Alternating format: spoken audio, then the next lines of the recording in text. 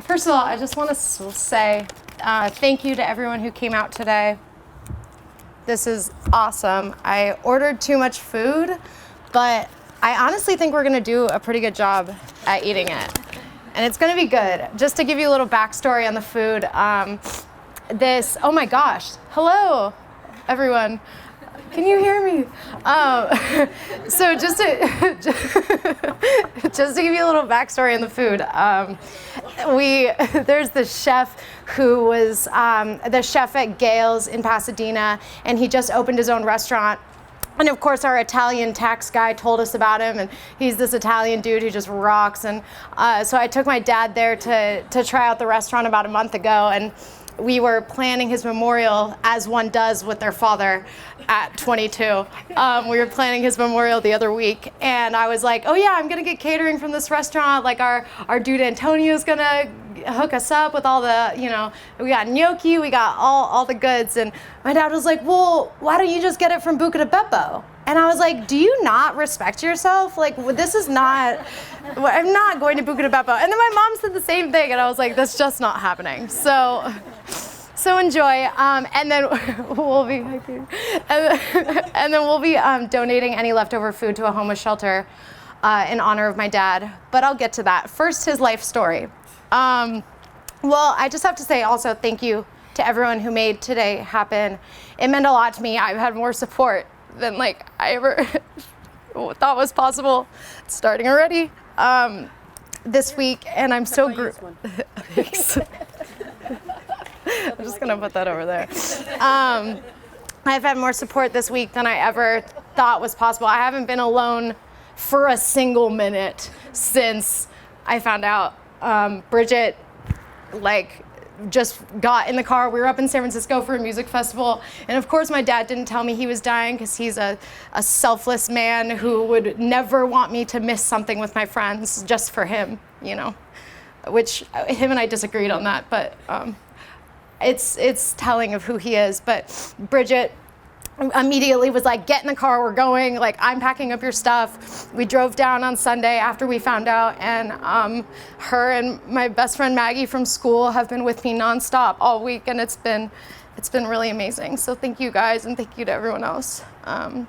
So I've said it once, and I'll say it 1,000 times. My dad is my hero.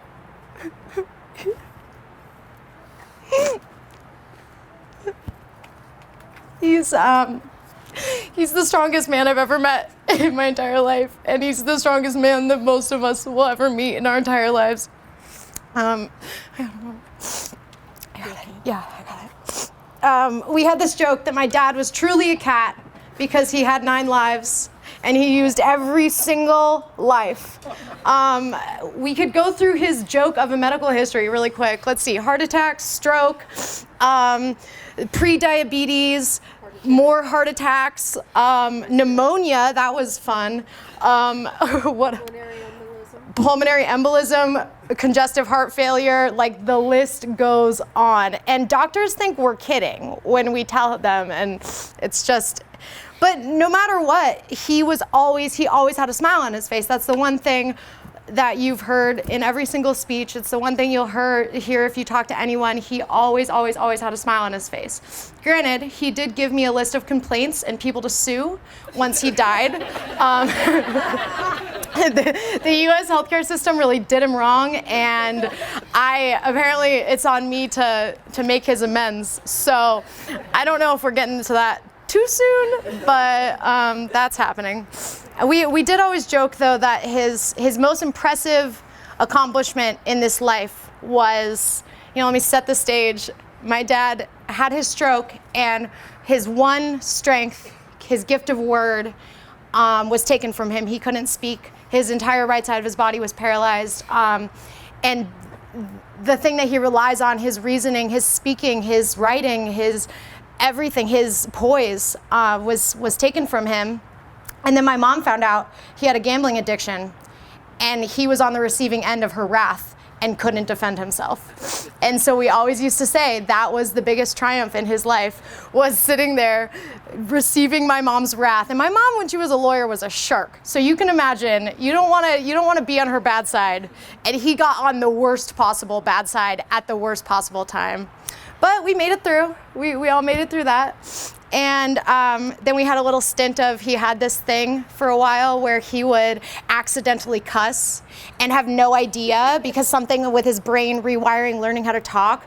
So he'd be like, fuck shit. And then so we started saying Gesundheit. Like, that's, and he was like, why are you saying Gesundheit? Like, stop doing that.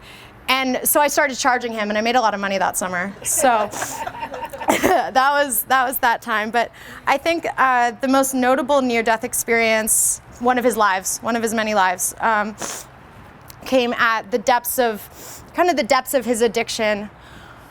I don't know how much you guys know about his gambling addiction, but addiction is a disease. It's not necessarily what you do, how you treat that disease. Yes, that's a choice, but it's a disease that affects everyone, and it's something that him and I struggled with, and so and my mom, of course. But so it was my junior year of high school, and he had been living on the streets and out of his car for over a year and a half, and he didn't tell anyone. Didn't want anyone to be bothered by his woes. And he said that one night he was so cold he could feel it in his bones, and he thought he was going to die on the streets. And he didn't know what to do. He kind of said a little like, if I die tonight, then that's what God wants to happen tonight. But if I don't, like, what is Whitney going to do? He said, I could only ever think about you that night. I could only think about the fact that I may never get to see you again, that you might not even find out for days if I was dead because I would be on the streets, that I would never watch you grow up. And so the next morning he checked himself into rehab, and that was a turning point. In classic my dad fashion, he was an overachiever in rehab. He graduated early and ended up working at the program, so that was a huge turnaround. And it was beautiful because that was the moment where him and I became adult friends. When I found out about all of this, when he swears by the 12 steps, when he made his amends to me, that was when we became real adult friends, and that was the start of our relationship as I know it today. His graduation from the rehab was one of the most beautiful things I've ever seen in my life.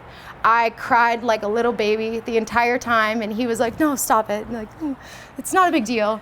And it was huge. But everyone came up to me. They were like, Paul, like, you're Paul's daughter. You're Paul's daughter. We've wanted to meet you. He talks so much about you. He's such an amazing man. Every single person, the staff, the residents, every single person met me. And we actually had a similar experience. We were at the assisted living home the other week, and my dad was giving my mom and I the I'm finally dying talk, like this is the talk now, And within the 10 minutes that we were there, 4 different people came into the room to meet me. He was like, we love Paul, like we absolutely adore him, and we had to meet you. Where do you get your beauty from? You don't get it from him. And I was like, I know. So it's beautiful, the impact that he has on people. That's just the kind of person my dad is. You can see it in his smile in those pictures, which are beautiful. Thank you, John, for putting those posters together. You can hear it in the way his friends and family talk about him. You can read it. He has these short stories that I have, and if anyone wants to read them, I have 4. And I was really upset the other day that I only had 4. And then a friend of mine pointed out that maybe these are the ones that he picked to save. Out of everything that's gotten thrown away over the years, these are the 4, and they're really beautiful. You can see his life, and you can read his life in these stories. And we can all feel it here today. There are so many people here. It is awesome, and he would love this. He had this magnetic energy and captivating wisdom that makes you want to spend every single minute with him and just absorb all of his life knowledge and take notes and just understand what he's been through, because he's been through so much. My dad, as I said, he was never the type of guy who wanted us to make a fuss over him, but I think he really would have liked this a lot.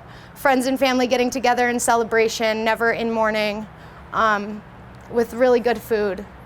And that's kind of all that matters at the end of the day, is the people you love and food. So that's what I wanted to bring to the table. And this is a true celebration of life, because of anyone, his life deserves to be celebrated. So I mentioned before the 4 short stories that have survived over the years. And my friend Neil the other day read one, and he said, so there are 2 major types of writers out there. There are people who like happy endings and people who don't. And your dad is clearly the type of writer who likes a happy ending. And truer words have never been spoken to me, especially by someone who didn't get the chance to meet my dad. The fact that you could tell that from his stories was beautiful. But that's so true. My dad always loved a happy ending. I would say that this is the ultimate happy ending right now, just bringing family and friends together and being able to share in a celebration together. That is what he would have wanted. And in the theme of happy endings, his favorite movie was Shawshank Redemption. I don't know if you guys knew that about him or not, but he always told me that he loved Shawshank Redemption. And so I watched it on Monday in his honor, and first of all, that movie rocks. It's so beautiful. But there was one particular quote that stood out to me, and I'm gonna lose it during this quote, so just bear with me. It's when Morgan Freeman is narrating at the end, and he's talking about his friend Andy, and he says, also, I replaced Andy with my dad, in case anyone gets confused. It's not a twist, I'm just, okay. Sometimes it makes me sad, though, my dad being gone. I have to remind myself that some birds aren't meant to be caged. Their feathers are just too bright. And when they fly away, the part of you that knows it was a sin to lock them up does rejoice. But still, the place you live in is that much more drab and empty that they're gone. I guess I just miss my friend. So, Dad, if you're with us today, I just miss you. I made a promise not to let this get in the way of my studies, which is why we had the funeral so quick. I got a lot of prepping to do before I go off to my program. Funeral, memorial, sorry. And I swear with every fiber of my body that I will not let this get in the way. He would hate that. But this isn't easy. I wasn't ready for him to go. He's been sick. He's been talking about dying for a while, but you always want to think you have more time than you do. But as he would say, I can't get caught up in the things I can't control. I just have to learn to appreciate the light and positivity that he brought into my life while he was here, which is enormous. I like to think that his heart was just too big for his body to handle. And unfortunately, his heart had to go a little bit early, but I think the love that he brought was more than enough. And you know, one of the hardest parts forever will be the fact that he's not going to be there to walk me down the aisle. And that's something that hurts every single day. But I was looking at the Deb Ball pictures before. I was a debutante, and Janet told me that, my godmother told me that he looked at her that night and he said, I know I'm not going to be able to walk Whitney down the aisle, and so this is my opportunity to be with her in that white gown. So I'm grateful. So I probably need to end there, but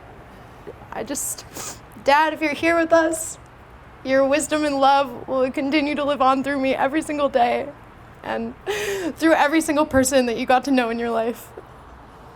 And I'm very grateful for every single one of you. Thank you.